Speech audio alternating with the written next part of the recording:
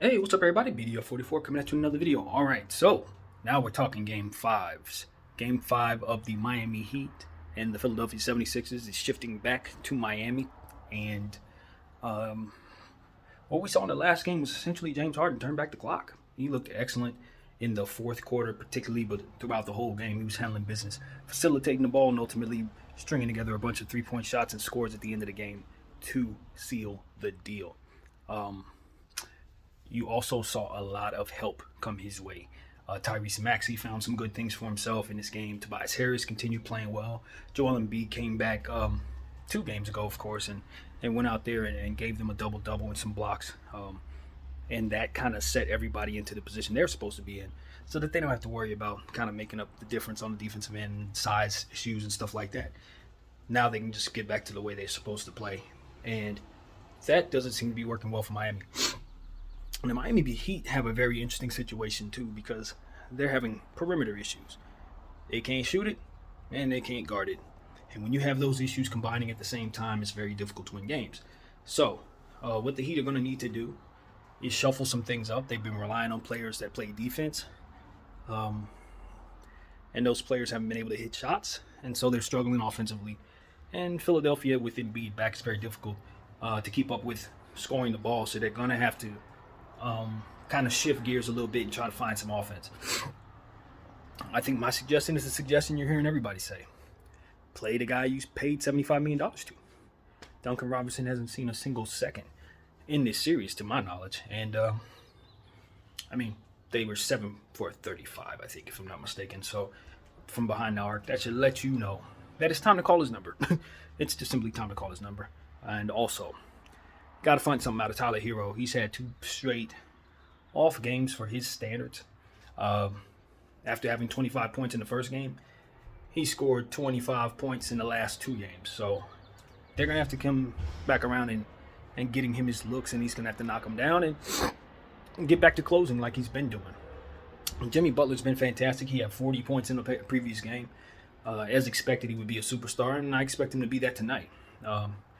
He takes advantage of their defense. Whatever is thrown at him from a Philadelphia standpoint, he just shrugs off and scores over. So, in reading the article that I saw, the writer believed that they were going to be using the let Jimmy get it all approach and just try to stop everyone else and see if that continues to be the way the success can come their way. To work thus far, but I do not think allowing Jimmy to find his rhythm is a recipe for success for the Philadelphia 76ers. For the Philadelphia 76ers, you don't do that. You definitely want to find a way to deter him some. Because if you're wondering if he can beat you, you're absolutely right, he can. Yes, he can.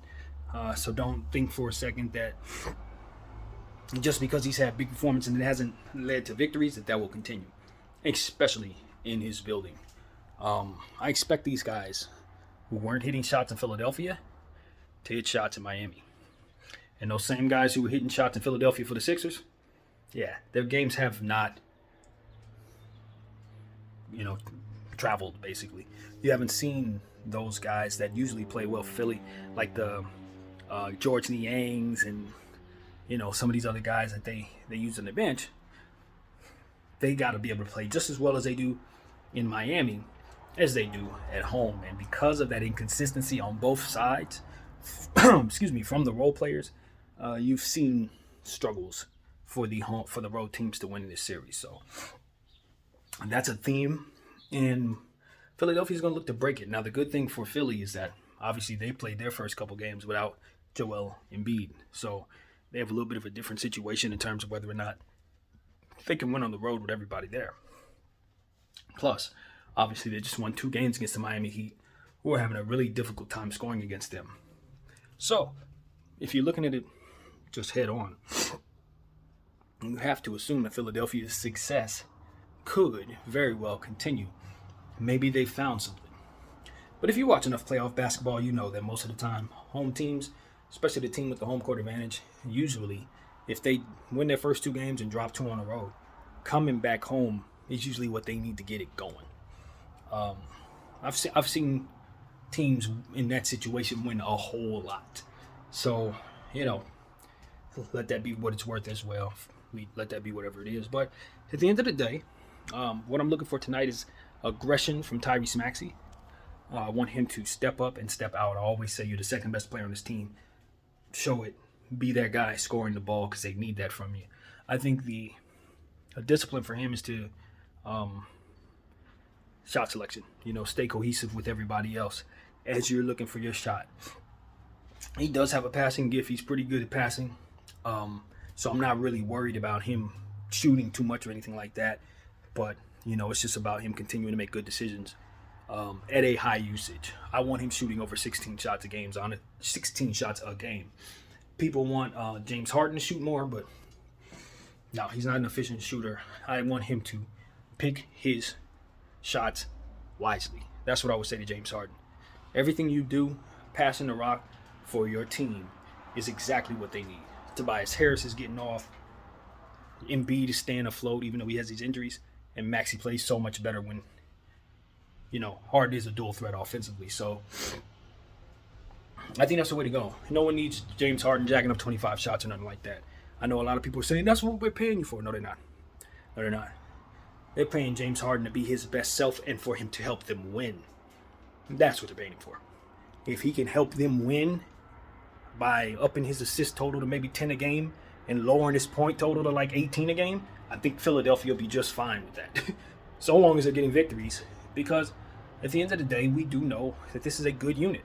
Philadelphia's starting lineup is solid, and all they really need is for their bench to show up and for Joel to be healthy, for everybody to kind of rotate around him and follow him. And if they run things through him while those other guys are able to stay efficient, they're going to be fine defensively because he's going to spearhead that.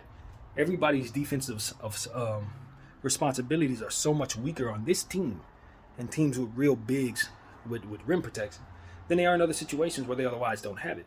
So it should be more energy to play the offensive end. It should be more legs to shoot the rock. It should be better overall focus. So I think with Joel back, I got to assume that Philadelphia's favored to win this game, even though it's on the road. At the end of the day, I need Bam to win that matchup. And I say this and I mean this. Joel Embiid is definitely a better player than Bam Adebayo overall. I think he might even be a better player than Bam Adebayo when he's hurt. And I say that with a whole lot of respect. I just think that much of Joel. He's that great. But in this situation, Bam needs to win this matchup. He needs to win this matchup because you're the healthier player.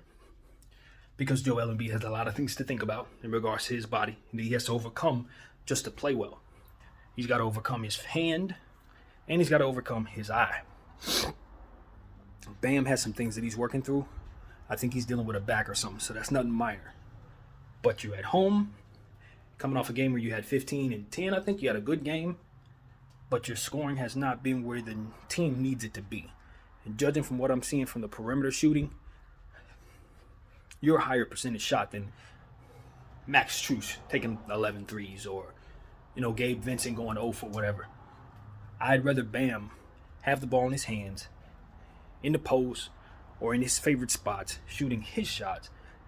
That gives me a better shot at scoring, in my opinion.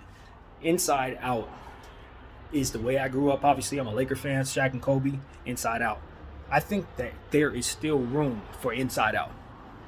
I think that no matter what you got going on, if you have a center that can draw attention in the paint,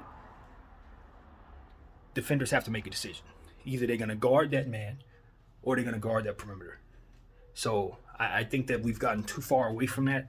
It's a three-point shooting era, but I can definitely create three-point shots, good ones, playing that way. So I think Miami should experiment with that. It's not something you do for 48 minutes. But inside out works, man. It works, especially if Philly's cold and they're not hitting from behind the arc. Yeah, you should definitely consider what happens there with inside out. So a lot of time inside out is a thing that you don't use because you have to keep a traditional center on the floor that usually can't shoot in order for it to run. So you're usually going 4 on 5. And on the defensive end, of course, they're shooting over you. But my theory is this. If that center is able to draw fouls, in theory, he should be able to remove some of those shooters off the floor, or at least weaken them to such a degree to where they have to work harder defensively. So that's always been my mantra. Yeah, you give up some 3-point shots, but you also create some for yourself. You're a much better team offensively, and you're a much better team rebounding the ball, because you're going to get offensive rebounds because of that big guy in the paint. So, if you can audible out of it in this era, it's definitely something that teams need to be using. So, a little bit of that from Miami when Joel is not on the floor, because obviously when he is on the floor, that's not going to work. But when he sits down, I would be trying to simulate some of that so that Bam can get the ball inside against whoever that is. Probably somebody small like Thibault or Harris. From there, Struces and Heroes and Robinson, if you play them, should in theory be open, or Bam should have one-on-one coverage in the paint against somebody smaller than him. So, like I said, it's worth a shot. Anyway, so that's pretty much it, man. I like Philly tonight, man. As long as Joel Embiid is on that floor, it's Philly's game to win. You got to manage James Harden's efficiency, which it seems like he's focused on doing. Tyrese Maxey has to stay aggressive, which he seems to have found over the last couple games. 2 games. And Tobias Harris has to continue to play well. And I think he's only had maybe 2 subpar games in his entire playoffs. Consistency is what I like about that Philadelphia trio.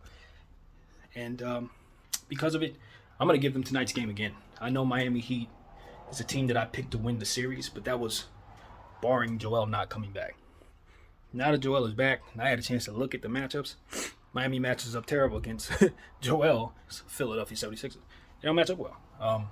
But all Miami has to do is hit some threes. Duncan Robinson, Tyler Hero, if they're hot tonight, that sends things back into a direction that Miami can enjoy.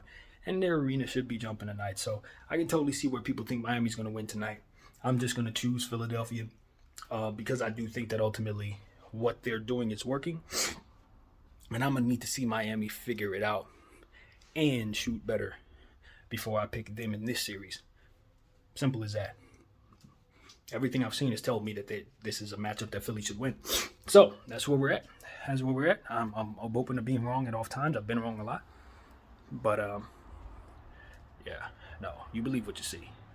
At the end of the day, James Harden got a lot of momentum. Heading into Miami, I'm not expecting him to score a lot. I'll be happy if he gives me 15 points, 9 assists. That's what I expect from James Harden. Nothing more than that. 6 for 17. Like, I know his inefficiency issues. My hope is that he's 6 for 12 instead of 6 for 17. But we'll see. I just don't see him having 2 great efficient games in a row. I just don't think that's who he is anymore. And a lot of why he was able to get some of those looks is because caught him off guard. Nobody's expecting him to actually hit those shots. Nobody's expecting him to actually do these step backs anymore. Miami should be ready for that tonight. In fact, I wouldn't be surprised if Miami threw some special defense at James Harden just to ensure he didn't do this again. Which is why Tyrese Maxey must be aggressive tonight. If you bring it to the Miami Heat and force them to guard you, that'll throw them all out of whatever plan they have to guard Harden or Joel Embiid. At the end of the day, you just want to catch them off guard as best as possible. Your George Niangs, Shake Miltons, Furkan Korkmaz, who else? Thibault, all of these guys. You're going to need to see them play well on the road. That's all I'm saying. Can the Philadelphia bench just give their team a good game on the road? Because if you win this game, you're pretty much going to win the series. It's going to be hard for Miami to win 2 straight against this team after losing 3 straight. So that's what I got, man. BDF44. Of course, I'm going to get back to you guys on the other games as well. And I hope you guys enjoyed this one. BDF44. Thank y'all for watching. I'm out.